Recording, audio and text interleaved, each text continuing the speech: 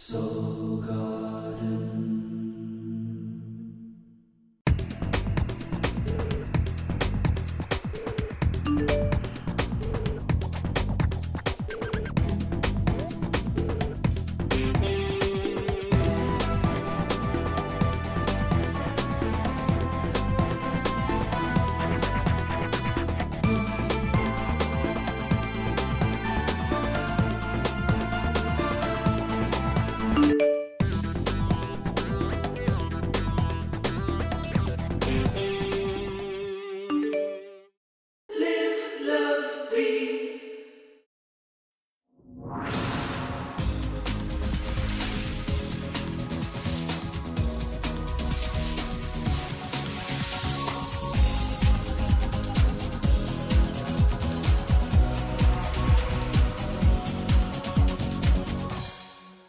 Hello, Your Honor, and welcome back to Soul Horoscopes Weekly Edition. I'm your host to the universe, Christopher Witecki. And this week, two great sponsors, both of which you should check out at a low cost. One, the 2012 Act 2 videos. I've been told I hit it right on the head. April, May, and June, talking about what's important to you and the long-term trends as we move forward into this next quarter. Wrapping up that Saturn and Libra for one. And secondly, check out the Guardian Agency. I don't know if you've checked this out, but where I am always with you, in your back pocket 5 to 7 times a day, guiding you according to your date of birth. You hear about it all the time in the scopes. Give it a try. It's only 99 cents. GAtext.me. So these are cheap ways to invest in you in a good way. Now, where are thou? Well, you've been working hard. We've all been working hard. There's a lot going on. In your case, it is the most important place in a Libra's life, really. Relationships, marriage, partnership. And in this particular transit, I had predicted a quantum leap, a whole new way of thinking, recognizing that you were like approaching it like your mother, or approaching it like your father, or you were approaching it this way, and now perhaps you should approach it another way. So it could be flipping the side of the scales, depending on the Libra. It could be stepping out of the victim role. It could be allowing yourself to share. I know a lot of Libra men who are maybe going to now allow people in. A lot of Libra men don't let people in. So all types of quantum shifting going on. As we start on Monday, nothing's shifting. In fact, we're in a grand square, or a grand cross as it's also known. But I think of it as a square because it is a square of fear. We're stuck by all these different red lines. And if you look at the global consciousness of this, the big picture is not fun for Earth.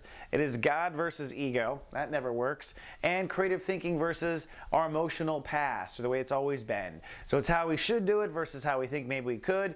And it's like, well, have faith. Why have faith? I'm looking at the budget. It looks like it'll never happen. So it's all that. But in you, specific to you, it diagrams a little differently. And remember, it's all about relationships. On the one hand, it's hitting you in a very difficult spot, which is the subconscious. Mars, which has been retrograding and not really helping you get past your fears, instead kind of hesitating in your subconscious, causing a lot of irritation. So for you, it is trying to have faith in yourself, trying to fight your fears, and intuitively wanting a better life, wanting a different moment. So it is really your reality versus your faith, but a little bit more aggressive on the faith side. And then on the other side, Venus is moving into Gemini now, okay? And this is really another triggering part of the planet, Venus versus Sag. And this is just like the whole global, similar in the sense of you're trying to believe that this can all happen, but your thoughts keep saying no way. So you're really trying to find a balance between your thoughts and your attitude and your actual belief structure. The issue is your belief structure is not upgraded, and you will be upgrading it, of course, when the sun goes into Gemini this summer. But it's really about fears between what you believe in and these other parts, I think, that's holding it all up, and you'll see this in a couple of minutes. Really, my advice for Monday: do nothing. Just get past just make it to the end of the day, get to bed. It's Tuesday, the things get interesting. In fact, we go from to whoop, right back up. Jupiter rules the day, and so suddenly we're inspired to move forward. Suddenly you're inspired to move forward in relationships. You're not going to feel kind of shackled, so to speak, so that's very good. And the grand square goes away. That's because the moon is moving really fast. It breaks it apart. That's nice, so those are shackles too. Interesting that Yod from a week ago comes back, although I call this a dilated Yod because it's not at a point. However, it is giving you a real clue on how to pull this whole month off. Hey, Libra, don't forget to basically hold space for the life you want and be willing to change your relationship on the fly. In many ways, the life you want is going to guide you. By staying happy in the moment, your relationship will be on autopilot if you're willing to always change and be flexible in your relationship. So the universe is being very nice and giving us this little clue and having me here sit up and talk about it like a puppet. But the moon is in Sag, so it's a good day to get things off your chest. It's a good thing to reach out. If you couldn't say anything to the partner when you're feeling frozen on Monday, Tuesday's the day you might want to go ahead and say something. Then Wednesday, things go all skewy again. So we're back up to crazy. That's because we got a lot of fears popping up, a lot of tension building, and Uranus rules the day, which means there will be a final breakdown, breakthrough. Mostly breakthrough for those who did their soul work, but it could be a final breakdown if you were just totally ignoring things. When I say breakdown, I mean in your relationships, in your marriages, in your partnerships, something where you're not getting it. But fear, probably the culprit of the whole issue. Here's what I was talking about earlier. Your belief structure, okay? Your belief structure doesn't necessarily believe that you can have a happy lifestyle. Your belief structure doesn't necessarily believe that you can fight your fears. That's the issue. It's the belief structure that's the problem, says this horoscope. The other biggie that's just come in is an old granddaddy. We haven't seen this old grandpa since 1929, which is a square between Uranus and Pluto, not to this degree. Now this is going to break apart forces on Earth just like it did in the stock market back in the 30s and set up for World War and all that crap, unfortunately. Hopefully we don't solve it that way this time. For you though, it means as you break into and step into this new constantly moving marriage and partnership kind of attitude, you must step away from the way you were raised. End of story. The way you were raised does not apply to where you're going. End of story. For every Libra on Earth, the way you're raised is not compatible as of now. Your childhood is officially expired by the universe, says Pluto, and this square. If you resist, you will have problem. Okay? That's all I'm saying. All right, so if you were watched over by the guardian agency, by the way, to help you along with these fears, I'm going to do some more past life Witecks, which were very popular, by the way. People said they were amazing. And it's going to get to past life fears. Remember, fear is false evidence appearing real. Well, let's see where those fears came from. Are you afraid of water for no reason? It's a past life fear. Well, those types of things will come up. Watch for your Witecks.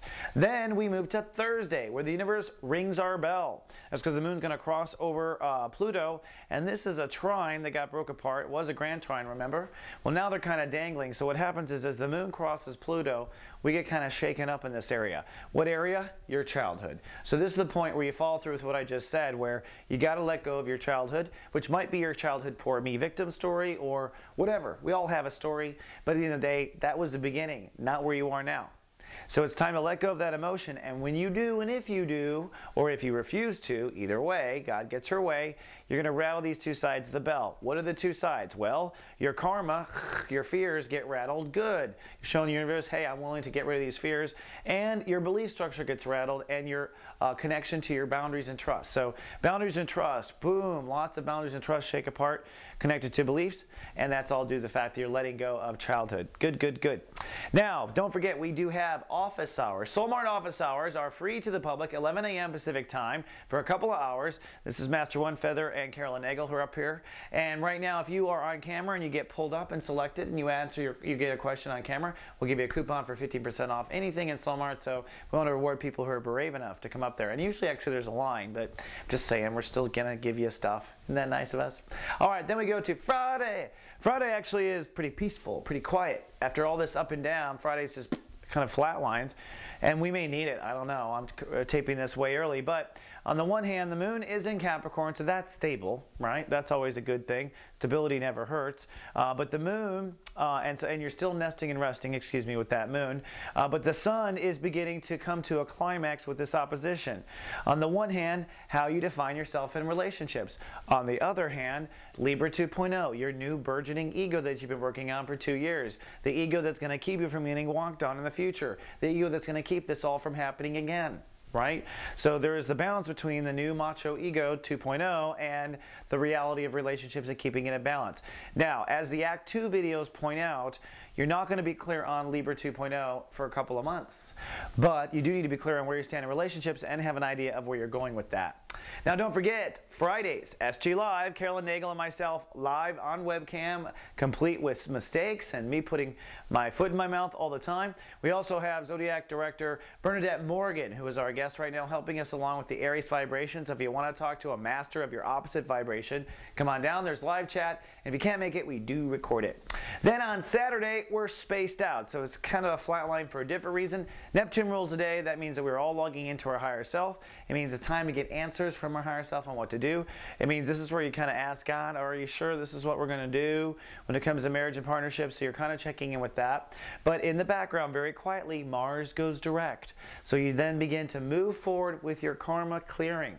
Machete in the subconscious, clearing weeds. So you begin to start cutting weeds in your soul garden for the first time in a long time on Saturday. So that's good. The moon moves into Aquarius. So in all of this, inner child lights up. So your inner child has actually come to help with this transition, and if you find yourself grumpy, feed the inner child. You need to have some fun. Then on Saturday, it's time to commit. Saturn rules the day. That means we time to commit. We got to commit to what we're doing. We got to commit to where we're going. It's time to commit to your vows or where your marriages are going or where you see that going. That's what the commitment is for you. The yod completes itself. Don't remember the message. Don't forget the message of the yod, which is focus on the life you want and be willing to change your relationships to meet that lifestyle. That's what the yod tells us. Your inner child's online, so that's good. At least love is in this equation, hopefully for that. And lastly, the opposition actually is broken at this point between you trying to figure out what relationships are and how that balances in your ego. So it's a real perfect wrap-up closure Sunday weekend with God and the planets. All right, that's all I have for this 7-day forecast, Libra. Nice to see you again. I will see you in 7 more. Until then, live, love, be.